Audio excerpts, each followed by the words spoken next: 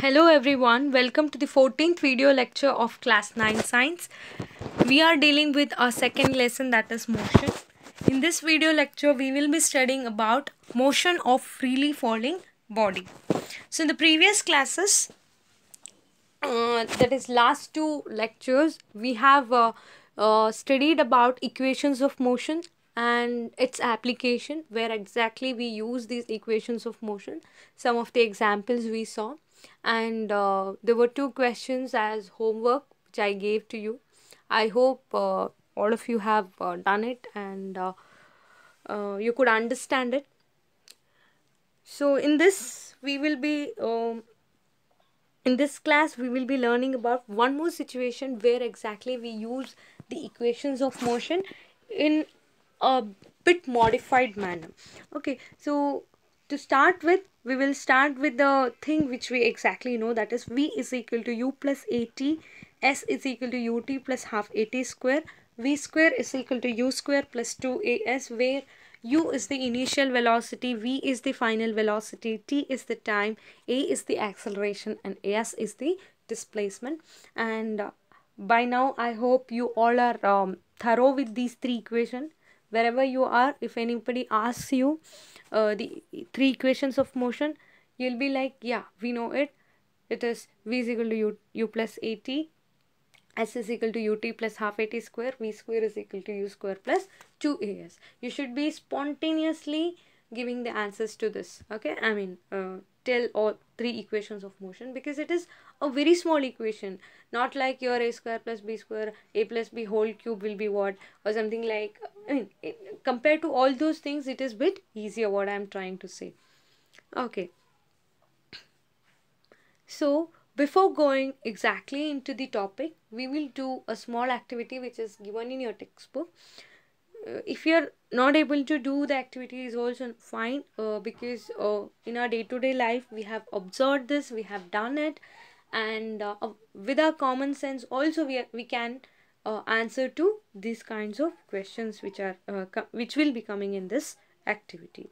The activity is like this: we will be taking two objects at a time, and we will be dropping them from same height, and we will be observing which object will reach the ground first. I hope the activity is clear. Two objects at a time we will be taking in our two hands, and we will be dropping them from the same height and at the same time. So we will observe which one will reach the ground first. So the first set of objects which we'll be taking is are uh, a large stone and a small eraser. Okay, we will be taking a bit a small stone, I mean a larger stone and a small eraser, and we have to drop them from the same height, and we have to observe which will reach the ground first, and you can carry out this. Okay, the second situation is, take that small eraser, pick it up, and then take a sheet of paper. Okay, a sheet of paper and an eraser, drop them from the same height at the same time. So, and now observe which one of them will reach the ground first. Okay, now take two sheets of paper having the same mass. That means, I mean, if you're taking two sheets, they should be similar in look and the thickness and everything. So take two similar sheets of paper having same mass, and make one paper as a ball, crumple it. Okay, make it as a ball. Okay, crush it, make it as a ball, and keep the other sheet as it is. Okay, now drop them from the same height and observe which will reach the ground first.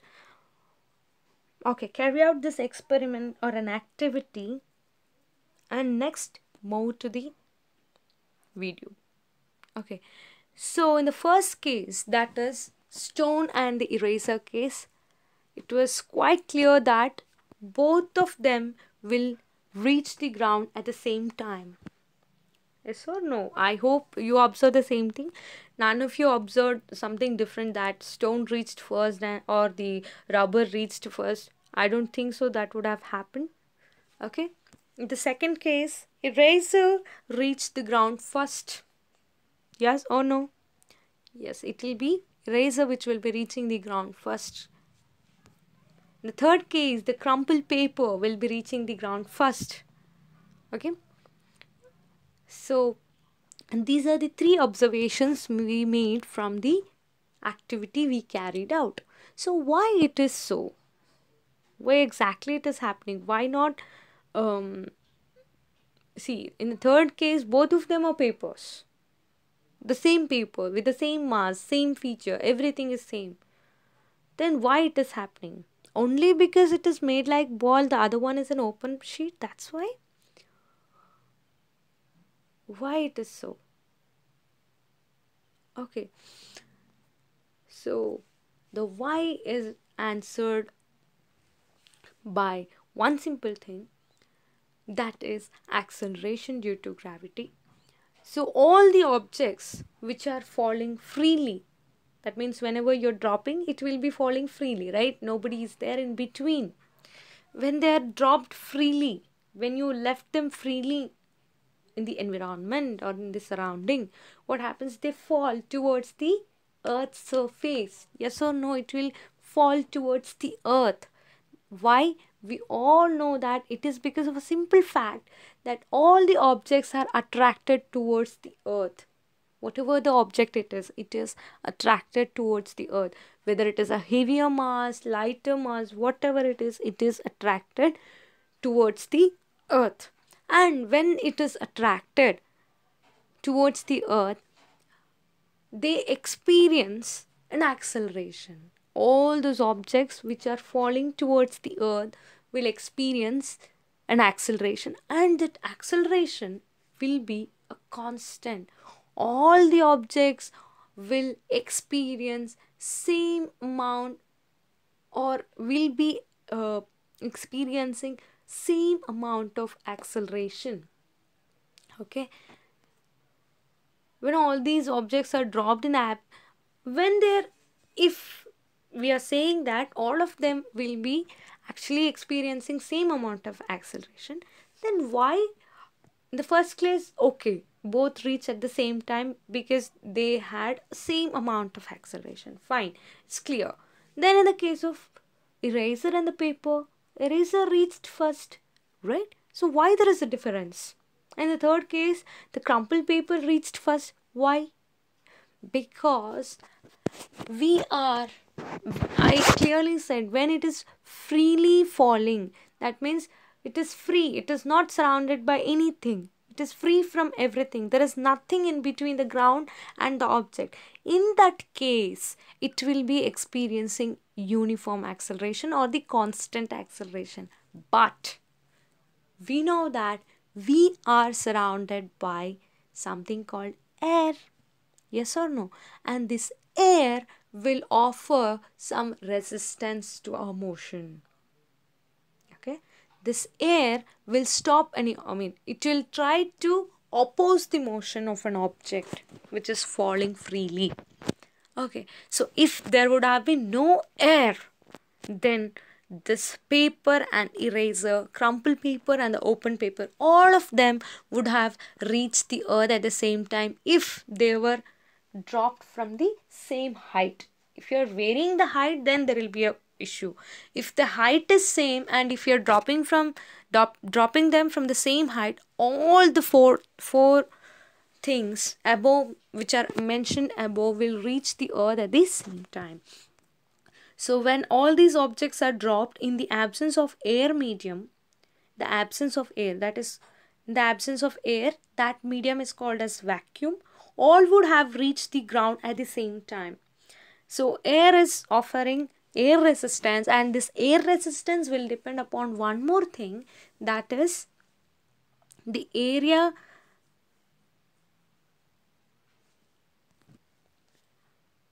of objects is exposed to air. If any object is exposed to air, whose area exposed to air is less, it will experience less air resistance, so it will fall quickly. If any object is there, it uh, it gives more area to air exposure, then it will experience more air resistance and it will reach late. In the third case, we can see this, that is crumpled paper and the open paper, where open paper will give more area for air exposure when compared to the ball shaped or the crumpled paper. Therefore, open paper will experience more air resistance and it will reach the ground bit late.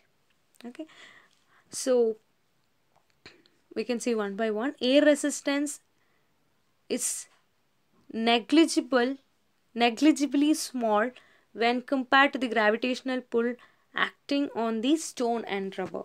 So stone and rubber, which has got bit higher masses, they experience more force or the more gravitational pull compared to the air resistance. Therefore, they reach, in comparison with the gravitational pull, the air resistance is very, very, very small, which can be considered or taken as almost equal to zero. Therefore, we will not come across any kind of air resistance which is making the object stop from falling.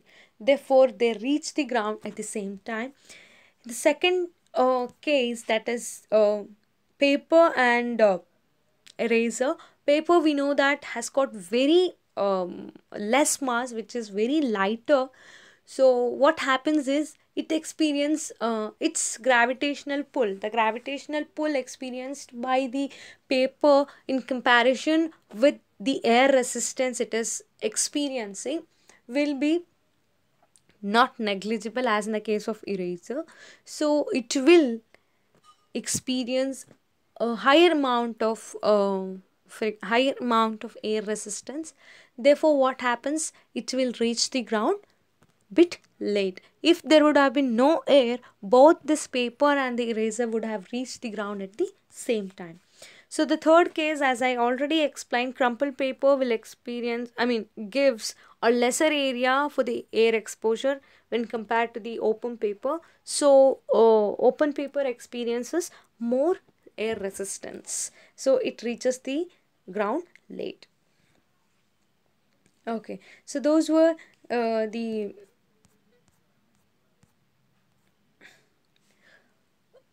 observation and the conclusion, why, what, and how it happened.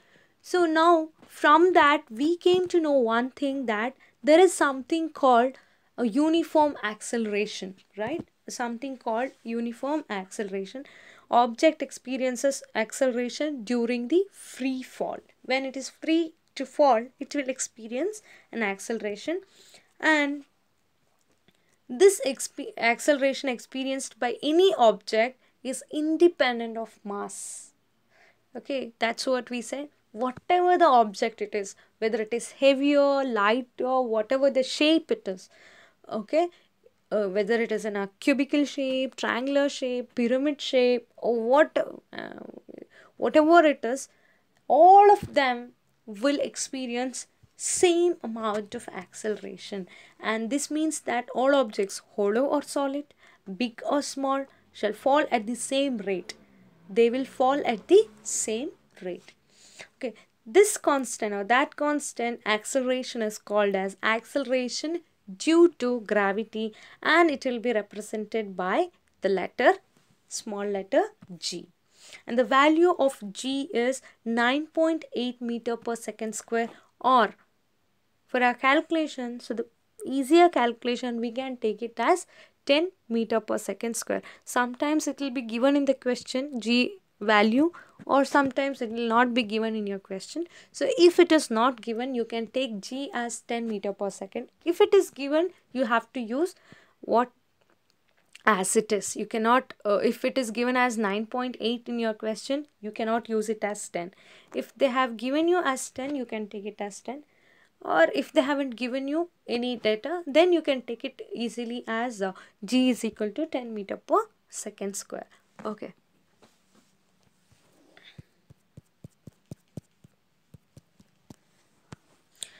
So, as free fall is a situation of uniformly accelerated motion, because uniformly accelerated motion means the acceleration will be constant. Always remember the three equations of motion which we derived and we learnt, we applied in the previous lectures or the videos are applicable only if there is any uniform acceleration. If the acceleration is not uniform, then we cannot use that equation. Okay, if there is uniform acceleration, then only we can use that equation. If the acceleration is not uniform in the sense not constant, if it is not uniform, not constant, then we cannot use those three equations of motion. So here we saw that in case of free fall, the acceleration will be always constant, which is equal to 10 meter per second square on the surface of earth. So it is a situation of uniformly accelerated motion. That means those three equations of motion can be used in this case also, but with some little modifications.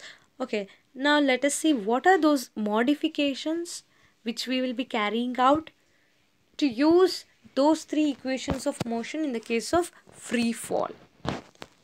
Okay, the first one is replacing A in the equation with G, that is acceleration due to gravity. So A over there was a simple acceleration. Now that acceleration will be replaced by G, that is acceleration due to gravity. In this case the acceleration is nothing but G, therefore A will be written as G. That's it, right?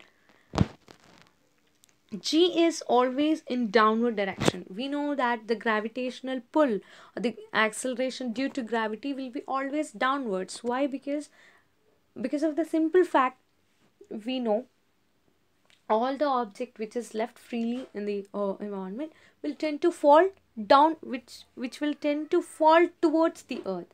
That means it is towards the earth, means it is always downwards. Okay, the motion will be always downwards and it will be accelerated towards the ground. Okay, therefore we say that always G is downwards. So if we are talking about any downward motion, A will be just written as G, because acceleration will be in the direction of gravity, therefore A will be taken as G. So if the case is opposite, if I am throwing an object upwards, vertically upwards, what happens? The object is moving upward, but the acceleration due to gravity will be downwards. So they are in opposite direction. The motion is upward, the acceleration due to gravity is downwards. To show that it is opposite, A will be taken as minus G. Okay. Okay, if both are in same direction, the motion as well as the acceleration due to gravity, then A will be taken as G. If it is an upward motion, then we will take A as minus G. Okay. So how actually it changes the equations of motion, let us see. In the case of downward motion, we can take A as G. Therefore, it becomes V is equal to U plus GT and S is equal to UT plus GT square. V square is equal to U square plus 2GS. Just A is written as G here. Okay, and the value of G will be 10 meter per second square. Okay, now going to the upward motion where A will be equal to minus G.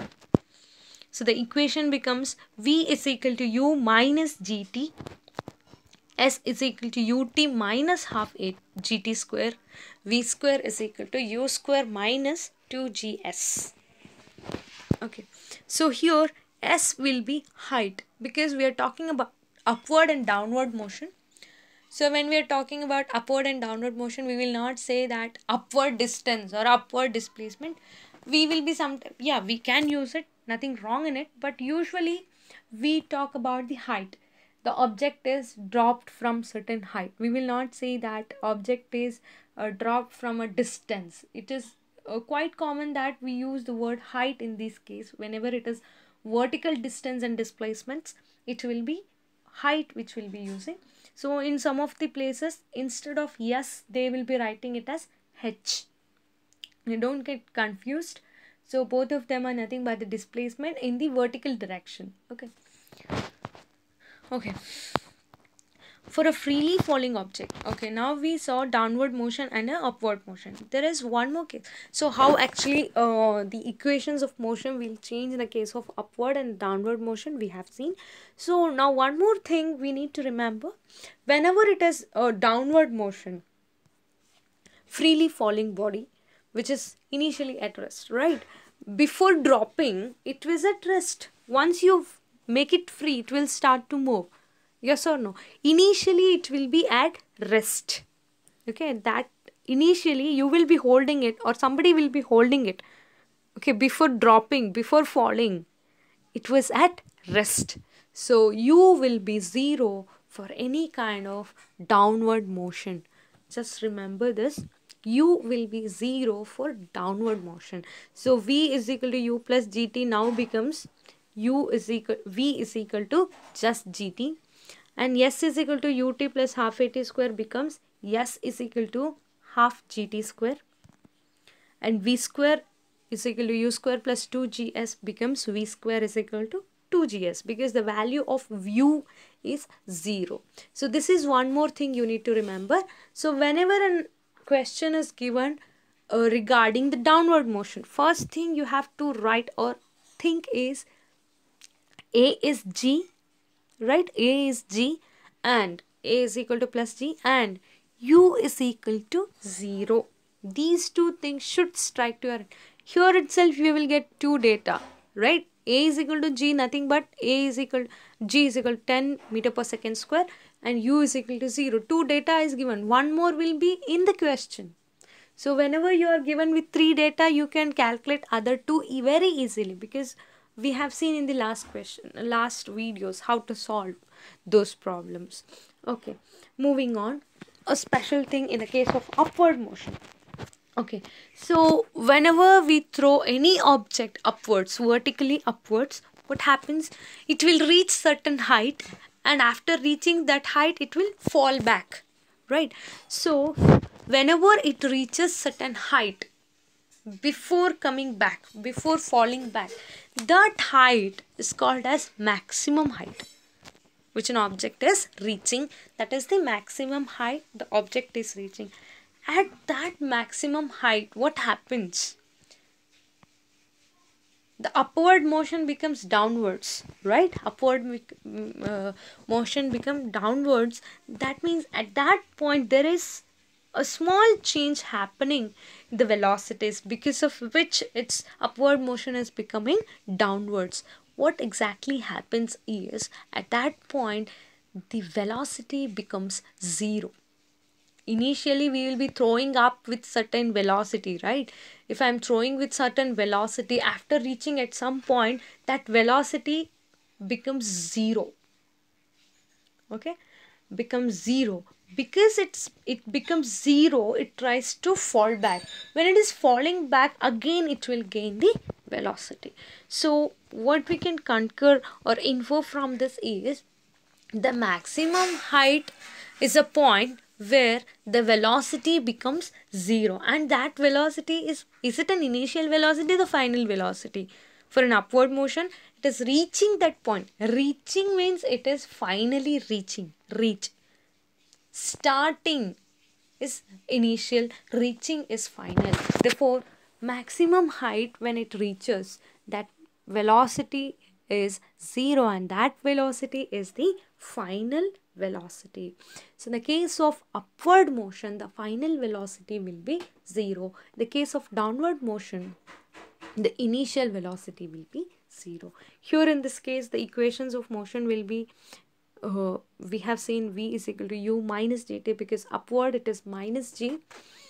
So equation becomes U is equal to GT, S is equal to UT minus half GT square as it is, and third equation, U square is equal to 2GS. Very simple now.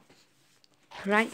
Okay, so two things you have to remember, three things you have to remember. One is, if it is given as downward, a will be g, then you will write the equation and then you will say that u will be 0. If it's an upward motion, motion, then v, it is a is minus g, then you will write the corresponding equations of motion, and then we will uh, take v as 0 at the maximum height. Okay, so this was about a free fall and a conceptual thing. Now let us use this equation to solve one simple problem. So the problem is like this: a ball is gently dropped from a height of 20 meter if its velocity increases uniformly at the rate of 10 meter per second square. With what velocity will it strike the ground? After what time will it strike the ground? Read it once again. A ball is gently dropped from a height of 20 meter if its velocity increases uniformly at the rate of 10 meter per second square. With what velocity will it strike the ground? After what time will it strike the ground? So first thing which is given is it's a downward motion. When you just strike the downward motion, write down a is equal to g, right? And one more thing is given, the height is 20 meter, that is s is equal to 20 meter. Then velocity increases uniformly at the rate of 10 meter per second square. What is this? It is the value of acceleration, that is a, which is equal to g. Here they have given it as 10 meter per second square. Usually they will be giving you, if they are not giving, then you can directly write down the acceleration as 10 meter per second square. Okay, since it is a downward motion, we know that the initial velocity will be 0. Okay, now we have to calculate v and we have to calculate t. Now the problem is very easy, right? So the formula for calculating v will be v square is equal to 2gs, because u is 0. Therefore the equation will be v square is equal to 2gs. So substituting the values, 2 into 10 into 20, therefore it is 400. V square is equal to 400. V will be root of 400, that is 20.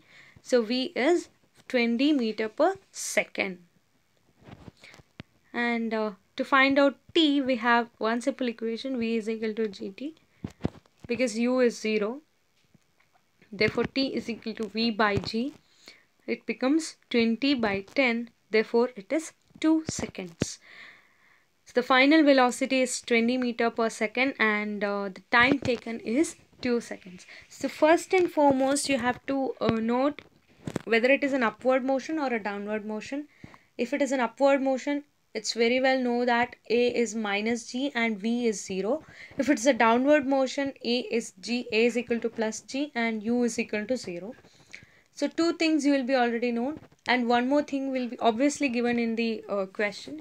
So it becomes very easy to solve the problem once you write down the given data in the mathematical form. So always remember, for any question related to equations of motion, they will be giving you at least 3 data. Here in this case, they have given you S, A and U. Yes or no? And you are asked to calculate 2 more things. There are 5 quantities. Yes or no? They will give you 3 quantities and 2 more you have to calculate using those 3 equations of motion. Any question for that matter, they will be giving you 3 data. Sometimes it will be directly given, sometimes you have to use your common sense and some of the inner meanings, like starting from rest. Starting from rest means it is u is equal to 0, or dropped from certain height, that means u is equal to 0, and it reaches a maximum height of this much, that means v is equal to 0 in that case. And after the application of brake, the object stops or the car stops, then the v is 0. So all these things if you know, then it becomes very easy to solve these problems, because we have only three equations of motion, right? Only with those three equations of motion we have to play and get the answer. So whenever you're given a question, write down the given data, somewhere at the corner write down the three equations which will be used, and try to analyze which one we can use to find out this quantity. Okay, can I put it in the first equation? Will I get the answer? If no, go to the second one. If no, go to the third one. By hook or crook, among those three, one of the equation will be working out for you. So before solving, it becomes very important to write down the given data in a proper form with a proper sign. Okay, so more and more problem if you solve in this topic, the concept becomes very clear. So I request or you guys to just go to your textbook or any reference book you have, to or any internet, you get so many lots of questions along with the answers. So go to those good websites or good books, or first solve with your textbook and then go to the other reference or any media, or I mean internet or the website. So try to solve more and more problems so that the concept becomes very clear to you, and in the same way you will recall and remember the equations of motion very easily. So that's it about the free fall. Okay. So hope you understood the concept a bit easily. So that's it. Thank you.